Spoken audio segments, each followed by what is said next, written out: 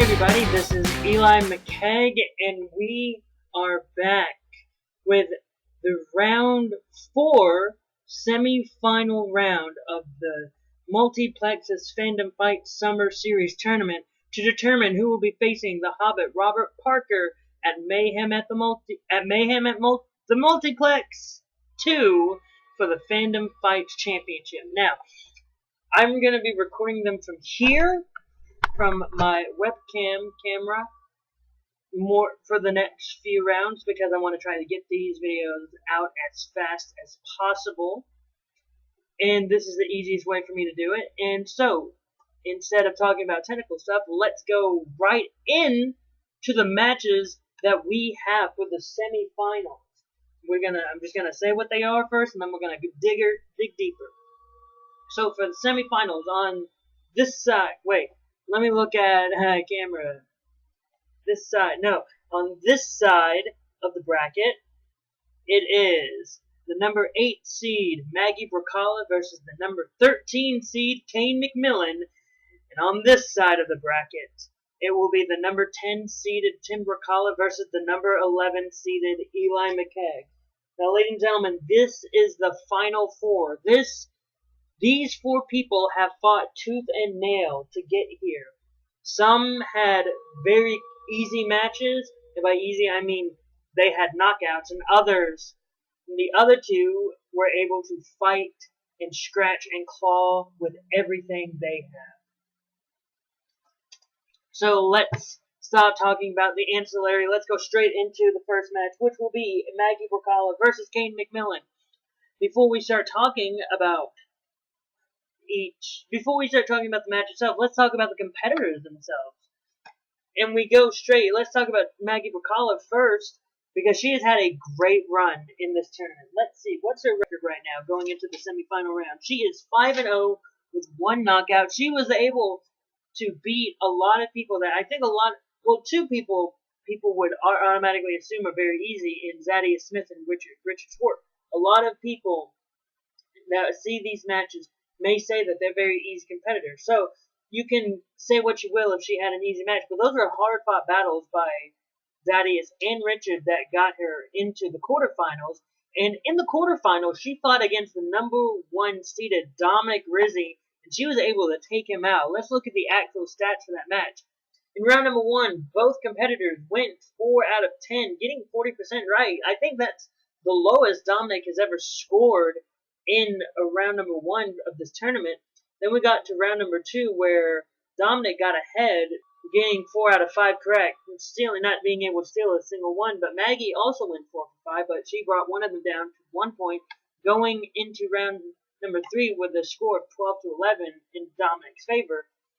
However, they were both able to get 2 out of 5 correct, with going 40%. With Dominic losing points on question 2 and 5, and he was able to regain 1 point in question 3, and he bet 0 points in question 1. And going into, on Maggie's turn, she bet 1 point on question 1, tying the game up again. And then she bet 0 points on questions 2, 3, and 4, and she lost 1 point in question 5, again, keeping it tied. Coming out of round 3, it was 11-11. We went into sudden death, where only one question was asked, and Maggie was able to get that one question, and Maggie was able to win 12-1. Her accuracy rate, with 26 questions asked overall, she was able to get 42.31%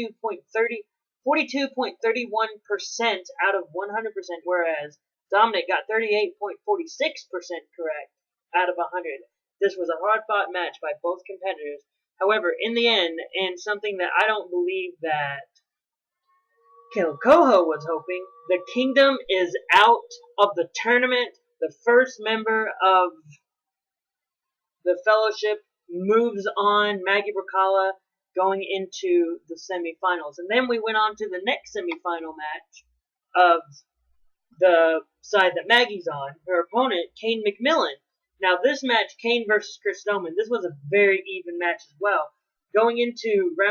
Coming out of round number 1, both competitors went 6 out of 10, so it was tied up going into round number 2, 6-6. But then round number 2 is really what helped Kane very much.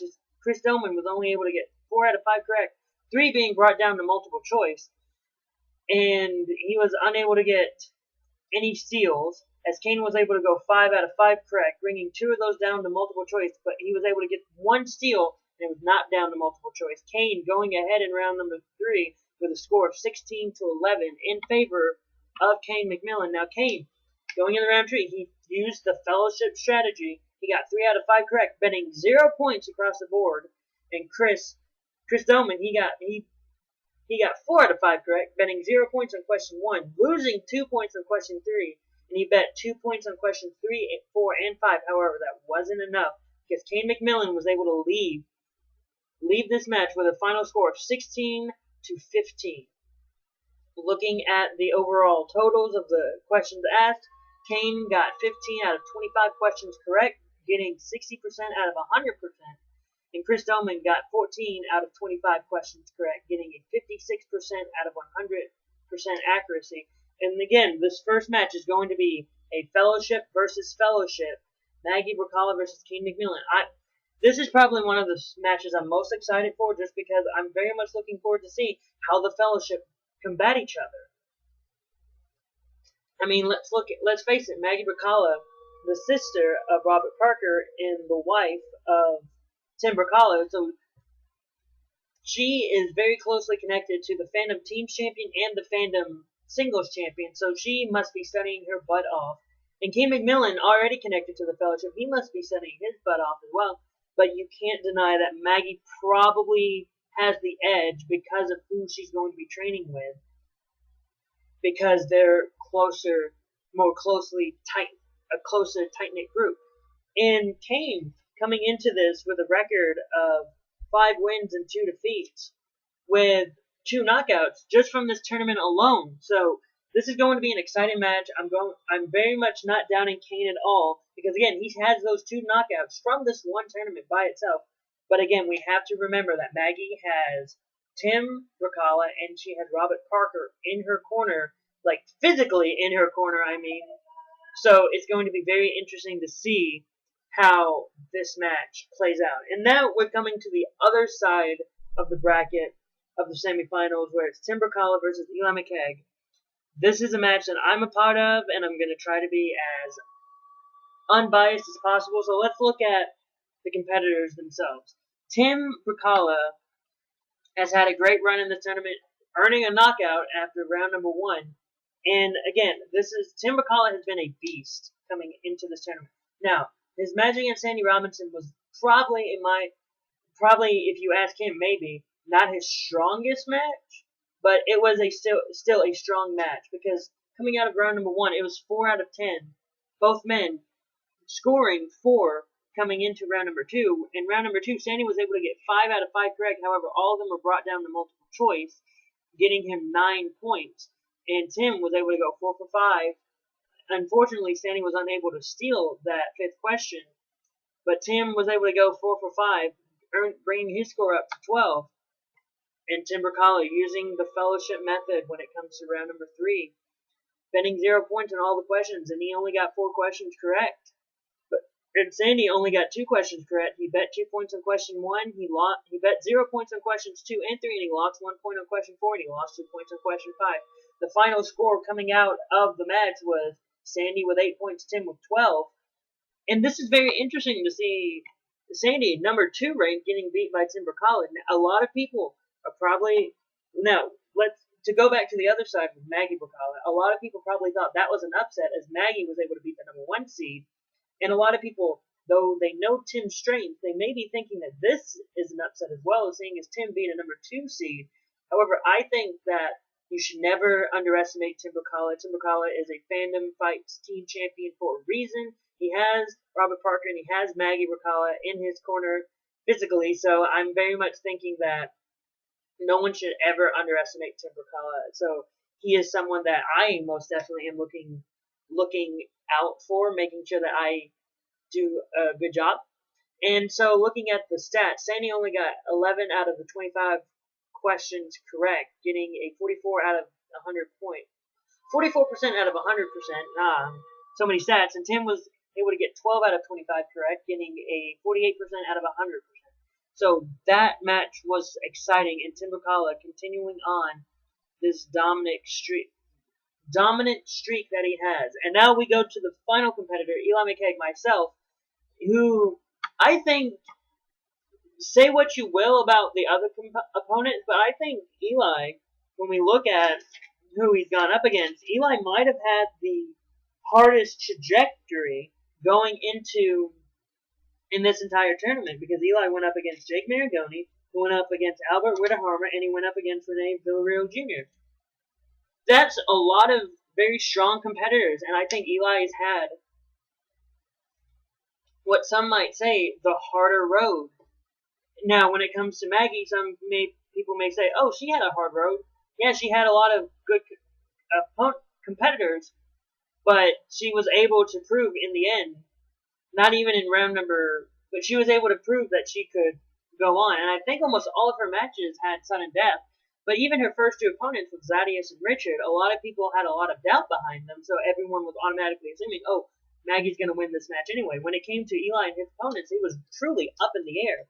And you look at Tim's opponents, you have Adonis, who he decimated, Jay Burns, who is a very strong competitor, and no one should ever take away from Jay Burns, but I think a lot of people assumed Tim Brzakala was going to win.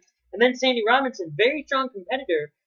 And again, I'm not taking away from any of the competitors that Tim, Maggie, or Kane has fought, but when you look at it, Eli might have had the hardest road going into the semifinals. But let's look at the quarterfinal match that Eli had. Rene Villarreal RJ had a great round one, 6 out of 10, 60%, but Eli had an even greater round one, going 9 out of 10, getting 9 points, nearly going perfect.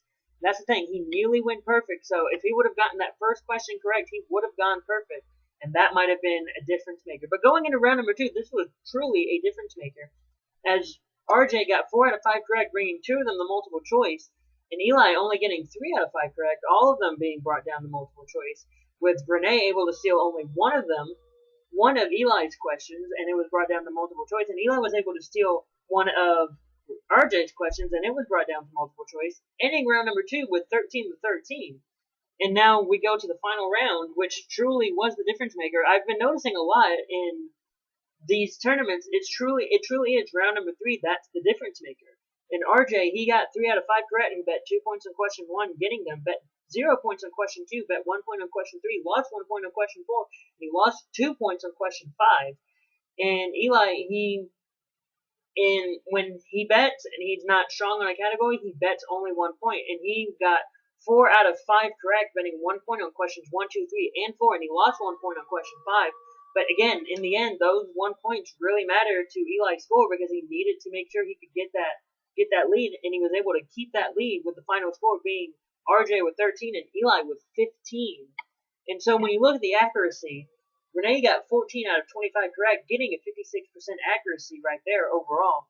And Eli was able to get 17 out of 25 correct, able to get a 68% overall. I don't know who of these 4 has the highest accuracy when it comes to an individual match, but I will eventually, probably at the finals, when we determine who our final 2 are, do a accuracy overall of just those 2 opponents, just taking the average accuracy and then rounding them up, and like just doing the average, But overall, Eli going into the semifinals 6-4 with 1 knockout. Again, Eli, for all intents and purposes, along with Cain McMillan, who's going into this tournament with a record of 5-2, Eli is the veteran going into this match. Cain and Eli are the veterans going into this match,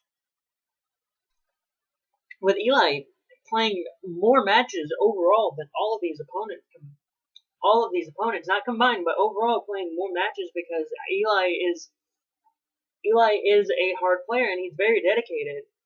He's very passionate about playing in these matches, and I'm not saying the other competitors are. Tim Brzakala, obviously, 100%. You can tell the passion that he has for the Fandom fights and for this league and for this multiplex in general when you watch his matches. Cain McMillan, one of the creators of Fandom fights, in the semifinals, he is passionate as well. And Maggie Brzakala, she's passionate as well.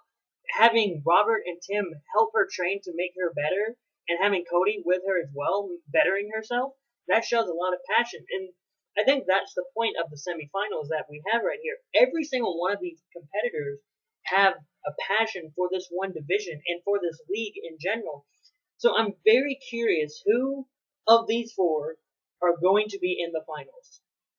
Because with everything said and done, I could honestly, out of all four of these competitors, I could see all of them in the finals. I could see all of them going up against Robert Parker and maybe even beating him. I could see Maggie knowing everything about Robert because she's his sister. I could see her knowing his weaknesses and pinpointing all of them and able to beat Robert for the title. I could see Kane. Again, he created this league. He knows how to work the system. Probably he knows how to work the system more than Robert, so he could easily beat Robert for the title. Tim Collett, again, they're team champions together. They've been working together for a very long time.